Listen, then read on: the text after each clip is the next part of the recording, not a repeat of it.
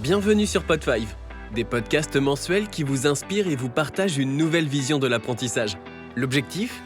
Prendre 5 minutes pour faire le plein de bonnes idées et de bonnes pratiques sur les tendances RH, l'expérience apprenante ou encore le développement des compétences. En bref, toutes les clés pour assurer la réussite des parcours de formation de vos collaborateurs. Bonjour à tous, je suis Julie Villard, Partner Manager chez Maskillcam. Pour ce premier épisode de Pod5, je suis allée à la rencontre de Grégory Mestron, expert en digital learning et en transformation numérique. Grégory, bonjour. Et si on commençait par une petite présentation ? Donc, je suis Grégory Mestron, Digital Awareness Project Leader chez Solvay. En fait, j'ai 28 ans d'expérience diverses et variées dans des secteurs comme la finance, les ressources humaines, le commercial, l'informatique, la communication, le project management et ces dernières années sur la transformation digitale. Et en parallèle, j'ai une activité aussi de freelance afin de donner des conférences et des cours, particulièrement sur la transformation digitale. Selon toi, qu'est-ce qu'une organisation apprenante ? Ce sont en fait des organisations où les gens développent sans cesse leurs compétences. Alors pour deux raisons. D'abord pour transformer en profondeur ces organisations et les adapter à la complexité, en mettant l'accent sur le développement individuel mais aussi collectif. Et ensuite, deuxièmement, c'est pour favoriser le changement permanent qui est inéluctable et qui est nécessaire pour créer de la valeur de l'entreprise. Pourrais-tu nous parler de tes bonnes pratiques en termes de formation digitale ? Je pense qu'il y a un mixte en fait à avoir, parce que les sessions en présentiel ont toujours beaucoup de valeur ajoutée, puisqu'elles permettent des échanges interactifs entre les formateurs et les apprenants en face à face. Mais pour moi, la formation digitale, c'est ce qui utilise les outils et technologies actuelles afin de permettre aux apprenants de se développer au moment qui lui convient, avec les moyens qui lui conviennent, comme il veut, où il veut et quand il veut. Et c'est ça qu'on appelle l'agilité en termes de formation digitale. Alors, le blended learning, comme on l'appelle, pour moi, ça induit également la durée écourtée du présentiel. Donc, on fait une combinaison entre les deux qui, à mon avis, permet d'optimiser l'apprentissage en utilisant à la fois les bénéfices de la technologie et aussi celles de la confrontation aux êtres humains. Et justement, pourrais-tu nous parler de ta vision du blended learning ? Alors aujourd'hui, il existe de nombreuses façons et de nouvelles technologies pour se former 24 heures sur 24, 7 jours sur 7. Et afin de répondre au mieux aux besoins des personnes, des formations peuvent être organisées en présentiel, sous forme de workshops interactifs, en classe virtuelle online, offline, sous forme de webinaires, enregistrés ou en live. On a des e-learning modules, on a des podcasts pour citer quelques exemples. Et pour moi, ce qui est riche, c'est vraiment la complémentarité de ces possibilités qui permet de répondre aux demandes des collaborateurs et des entreprises afin de développer les nouvelles compétences métiers.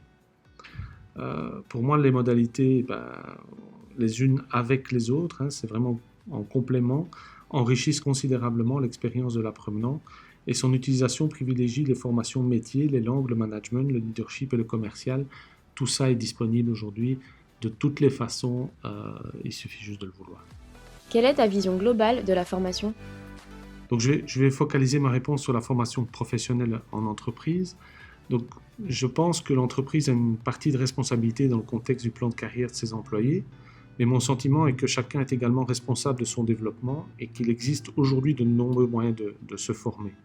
Avec la transformation digitale en cours, l'important n'est plus ce que l'on a appris, ce qu'on appelle les hard skills, mais bien le développement de ces soft skills que sont l'empathie, la capacité de travailler en équipe et bien d'autres comportements qui font la différence et qui font que vous êtes qui vous êtes et comment vous pouvez fonctionner dans votre écosystème d'entreprise. Si l'on se projette un petit peu, quelle sera selon toi la formation en 2030 ? Voilà, donc je n'ai pas de boule magique, mais ce qu'on peut observer, c'est que les nouvelles technologies permettent d'aller beaucoup plus loin dans le développement des compétences des travailleurs et des organisations. Donc sans toutes les citer, on peut parler d'intelligence artificielle, de réalité virtuelle, de réalité augmentée, de l'analyse des données, de machine learning. Et donc, pour moi, les deux notions 2030 seront l'adaptive learning et le formateur 5.0. On va sortir des limites de lieu, de temps, ce sera un mixage d'un certain nombre d'éléments. Et donc, tous ces systèmes pédagogiques adaptatifs promettent de prendre en considération le profil de l'apprenant, donc ses connaissances, ses préférences, ses aptitudes, ses objectifs, ses habitudes, dans la construction d'un parcours pédagogique qui sera unique et adapté. Concrètement, en fait, on apprend tous différemment, on a des capacités de mémoire, des préférences, des rythmes qui sont propres à chacun. Et pour un apprentissage idéal, il faudrait qu'il y ait un tuteur derrière chaque apprenant qui prenne en considération toutes les caractéristiques de cette personne. Et l'objectif de l'adaptive learning est d'optimiser l'apprentissage pour chacun, chacune, en tenant compte de l'hétérogénéité des profils avec l'utilisation des technologies. Évidemment, derrière, il faudra qu'il y ait un tuteur que j'appelle le formateur 5.0 qui puisse finaliser de manière réaliste tous ces éléments. À la fin, on peut utiliser toutes les technologies, mais c'est l'humain qui fera la différence. Si tu devais qualifier la collaboration avec MySkillCamp en 3 mots. Alors pour moi, les 3 mots seraient connexion, compréhension et interaction. Donc se connecter online ou offline avec des professionnels du domaine de la formation, comprendre les risques, les enjeux et les opportunités grâce à la plateforme qui est ouverte au monde et interagir entre apprenants lors du déroulement des modules de formation. Pour terminer, pourrais-tu partager avec nous ton coup de cœur en termes de fonctionnalités dans la plateforme ? Pouvoir créer facilement des formations en blended learning en ayant la possibilité d'être accompagné par MySkillCamp, je trouve ça génial. Et par ailleurs, l'accès à de nombreuses plateformes via MySkillCamp représente un avantage énorme pour les apprenants et pour les ressources humaines. Ça y est, c'est terminé. Grégory, merci beaucoup pour cette interview et j'espère que nous aurons l'occasion de nous revoir très prochainement. Voilà, merci. Retrouvez tous les épisodes Pod5 sur notre site internet et notre chaîne YouTube. Si ce podcast vous a plu, n'hésitez pas à le partager autour de vous.